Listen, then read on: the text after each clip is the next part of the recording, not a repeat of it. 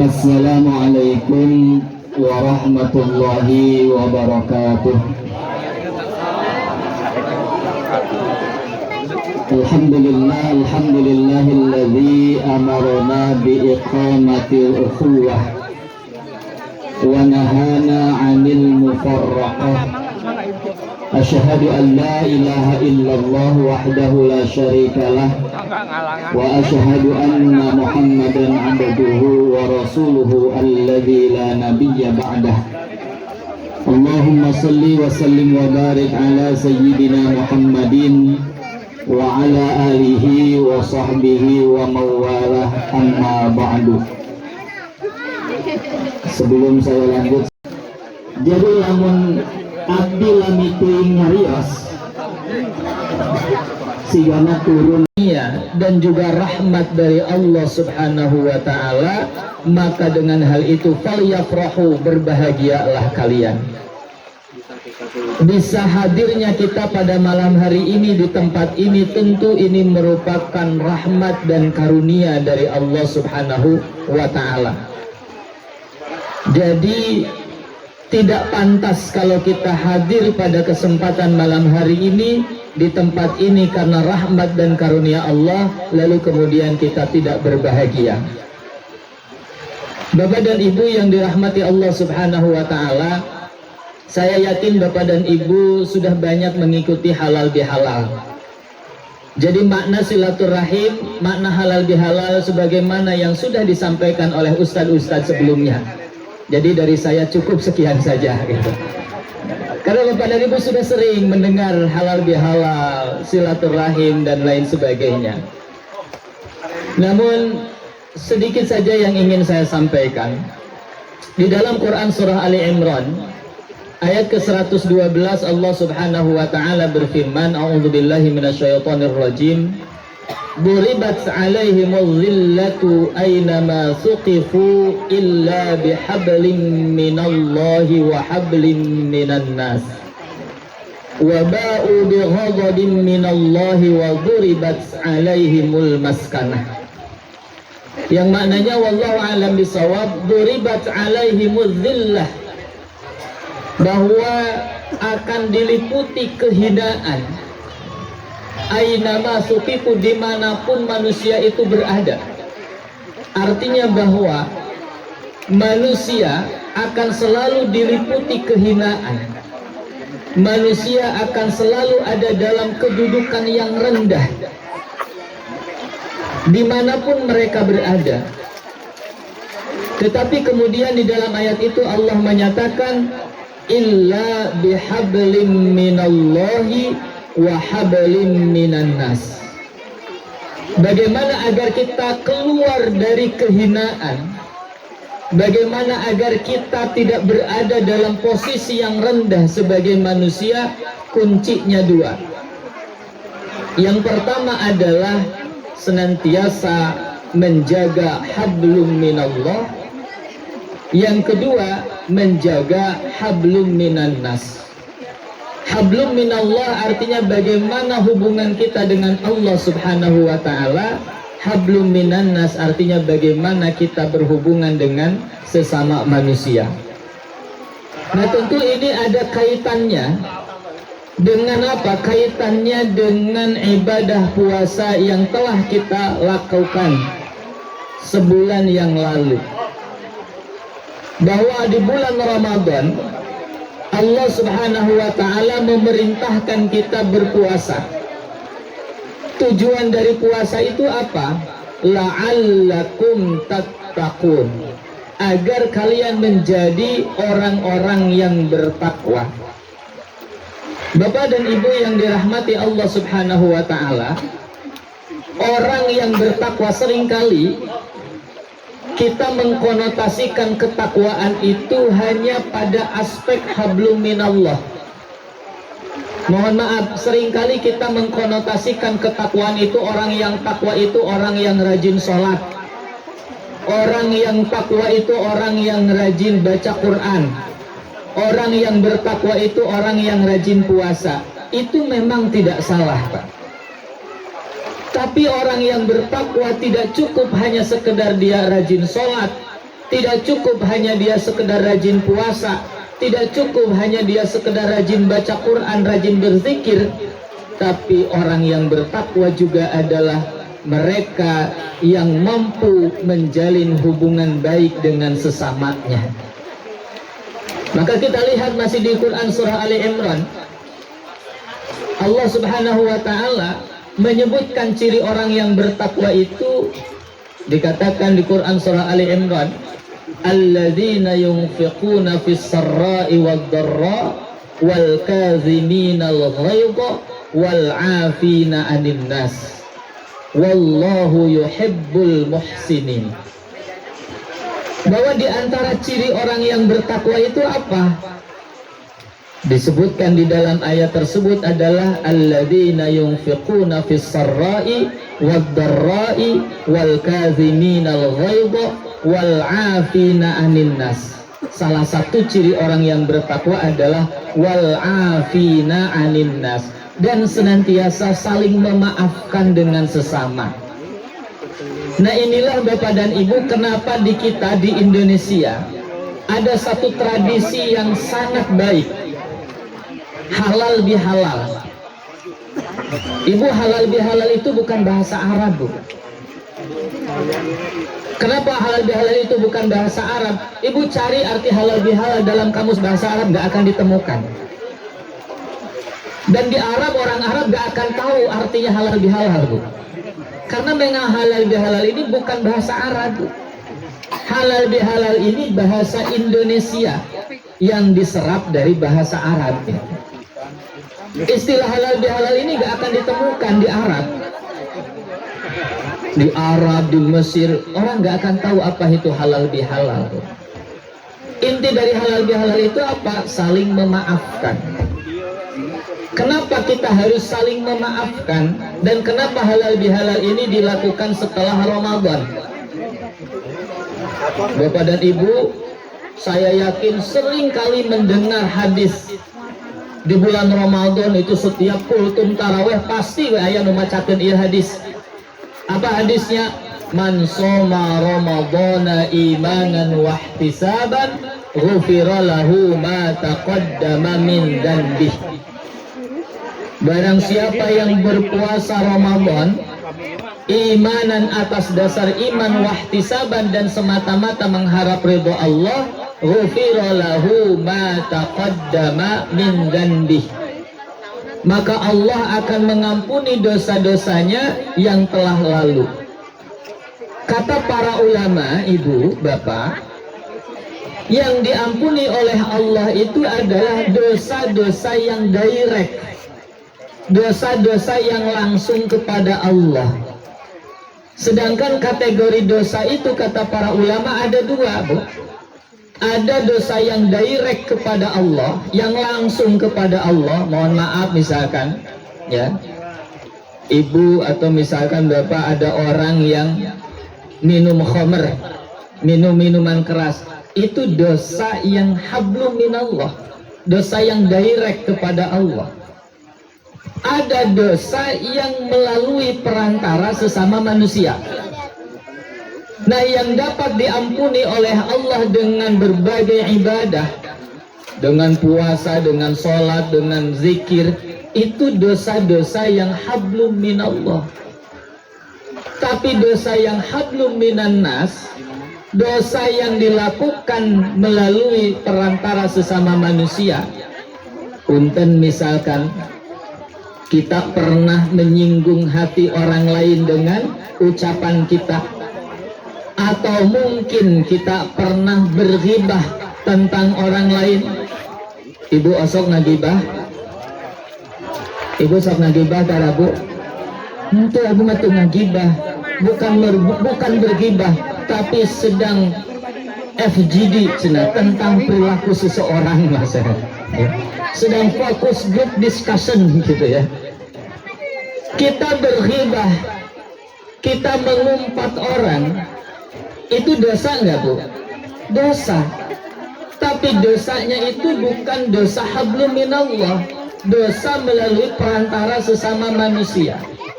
Nah, dosa yang hablum minallah ini tidak akan diampuni oleh Allah sebelum mereka saling memaafkan. Oleh karenanya kata Nabi Sallallahu Alaihi Wasallam di dalam salah satu hadis, man kana mazlumatun li akhihi fi nafsihi wa malihi wa irdihi falyatahallalhu tilkal yaum, kata Nabi. Barang siapa yang melakukan kezaliman kepada saudaranya, baik terhadap dirinya, terhadap hartanya, terhadap kehormatannya, falyatahallalhu tilkal yaum. Memang Rasulullah memerintahkan halal bihalal itu bukan setiap tahun, tapi setiap saat. Saat kita berbuat salah kepada orang, maka falyatahallalhu, segeralah minta dimaafkan pada hari itu juga. Kenapa kita harus minta dimaafkan pada hari itu juga? Karena ibu kata Nabi Sallallahu Alaihi Wasallam, nanti di akhirat itu ada golongan orang-orang yang disebut oleh Nabi sebagai golongan orang-orang yang muflis. Muflis itu artinya apa? Bangkrut, Pak. Jadi nanti di akhirat itu ada golongan orang-orang yang bangkrut. Rasulullah pernah bertanya kepada para sahabat, atadruna manil muflis? Tahukah kalian siapa orang-orang yang bangkrut? Lalu para sahabat menjawab, ya Rasul, orang yang bangkrut itu adalah orang yang dia tidak punya sepeser pun, gitu. Orang yang tidak punya satu dirham pun dia tidak punya. Lalu kata Nabi, bukan itu yang saya maksud.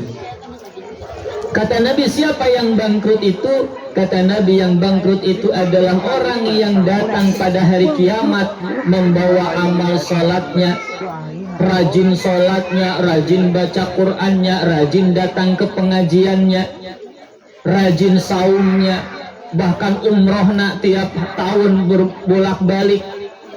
Akan tetapi saat di dunia dia sering menyakiti orang lain. Ketika di akhirat itu, maka datang orang-orang yang pernah kita sakiti, ibu. Datang kepada Allah, ya Allah, si ibu ieu teh nya rajin ka pangajian nama. Ngan abi pernah nyeri hate ku si ibu eta. Cek Allah, nah kunaon nyeri hate na? Abi pernah disebut nong-nong tarang. Ya. Abi nyeri hate, ya Allah. Majarkeun teh pangambung abdi siga cukang, tahu cukang ibu, siga jembatan. Jembatan itu seperti apa? Rata, Bu. Saya pernah sakit hati, ya Allah, sama si ibu ini. Maka apa kata Allah? Berikan amal sholatmu. Datang lagi orang, berikan amal saumnya, berikan amal sodakohnya, sampai habis amalnya. Orang-orang yang menuntut di hadapan Allah masih berdatangan. Apa yang terjadi? Dosa orang-orang yang pernah kita sakiti itu kemudian akan ditimpakan kepada kita. Maka itulah orang yang bangkrut, kata Nabi. Modal keluar banyak, jangankan untung, tapi hutang malah numpuk. Nah, itulah kenapa kita harus halal bihalal, Bapak dan Ibu. Kenapa kita harus saling meminta maaf? Yang pertama tadi, agar kita tidak menjadi orang yang bangkrut. Kenapa kita harus saling meminta maaf? Karena kita semua menyadari tidak ada seorang pun manusia yang tidak berbuat salah. Ibu pernah berbuat salah kepada tetangga, kepada saudara, disengaja atau tidak? Mohon maaf, mungkin tidak sengaja kita berbuat salah, tapi mungkin ada orang yang terganggu dengan kita. Tujuannya kita tidak bermaksud mengganggu orang, cuma nuju seneng nyetel musik di rumah sekenceng-kencengnya, tapi ternyata tetangga kita ada yang sedang sakit, butuh istirahat, terganggu oleh musik yang kita putar di rumah kita. Tanpa kita sengaja kita menyakiti orang lain. Nah, oleh karena itulah hadirin jamaah rahimakumullah, tidak cukup kita juga hanya saling meminta maaf, tapi yang terpenting adalah bagaimana setelah itu kita menjaganya. Maka di dalam tema kita hari ini adalah sucikan hati, jalin silaturahmi, dan kemudian pererat ukhuwah. Nah, mempererat ukhuwah ini tentu kita harus saling menjaga. Ada satu hadis yang menarik menurut saya yang disabdakan oleh Rasulullah yang diriwayatkan oleh Abdullah bin Amr bin As dalam riwayat hadis Muslim. Nabi SAW pernah bersabda begini, Bu. Kata Nabi, man ahabba ayyuzahzaha 'anil nari wa yudkhalal jannata falta'ti maniyatuhu.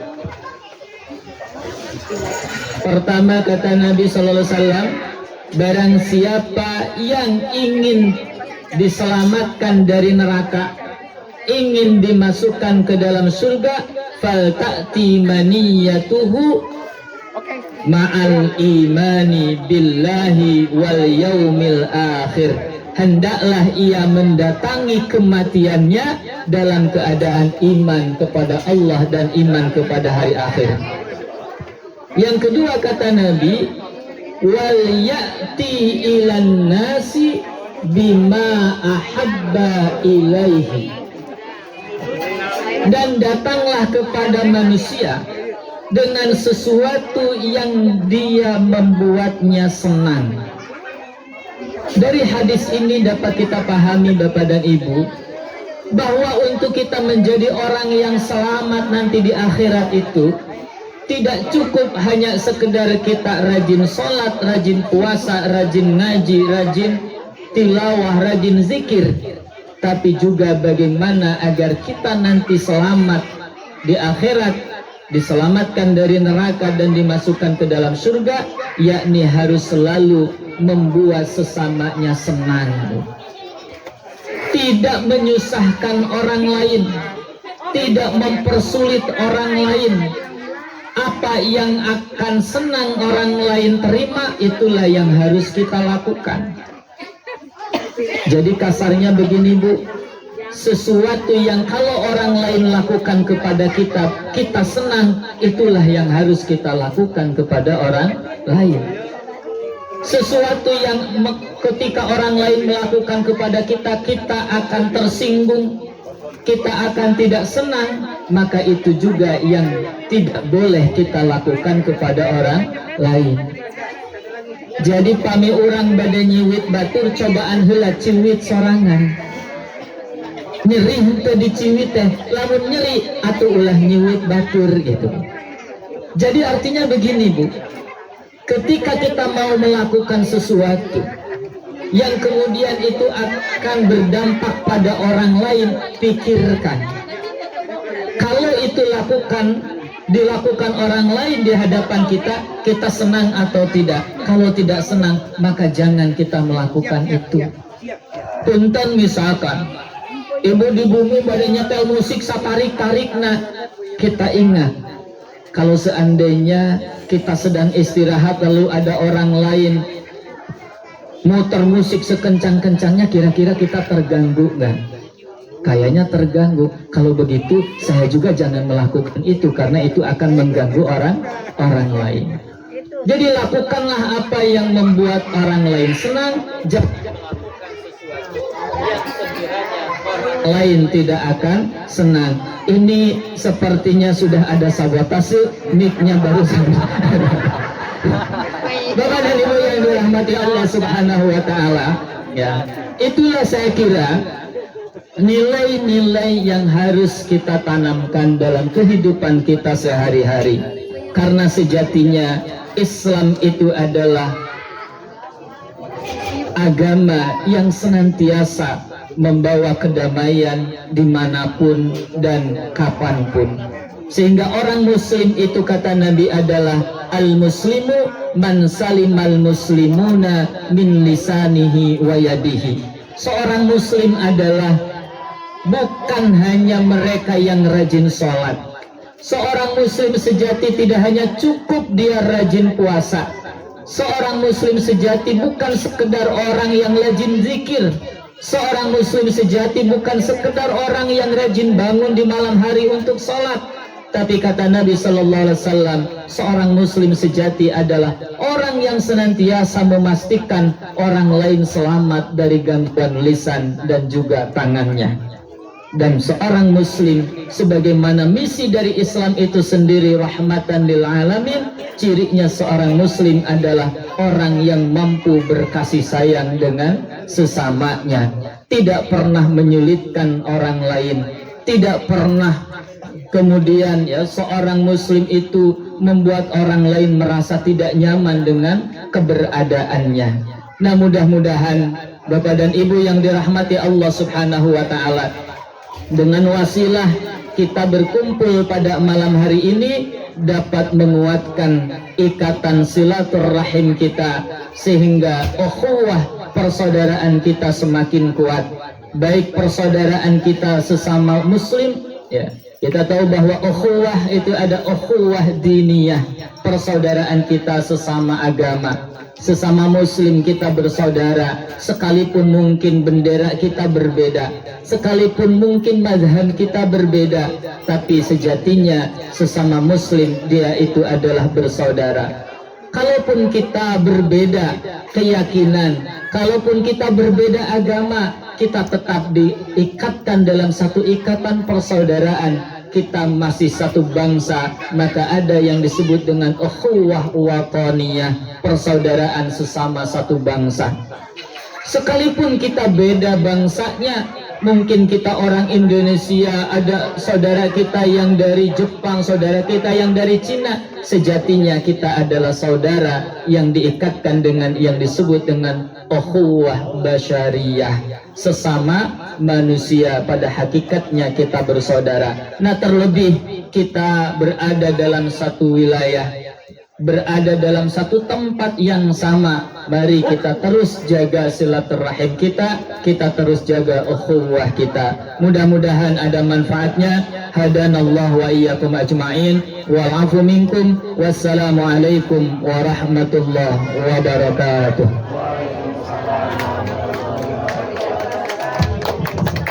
Waalaikumsalam warahmatullahi wabarakatuh. Apunten anu kasuhun nabi anu dikeun ku Pak Ustadz urang ala bihalate salah satu saling memaafkan silaturahim.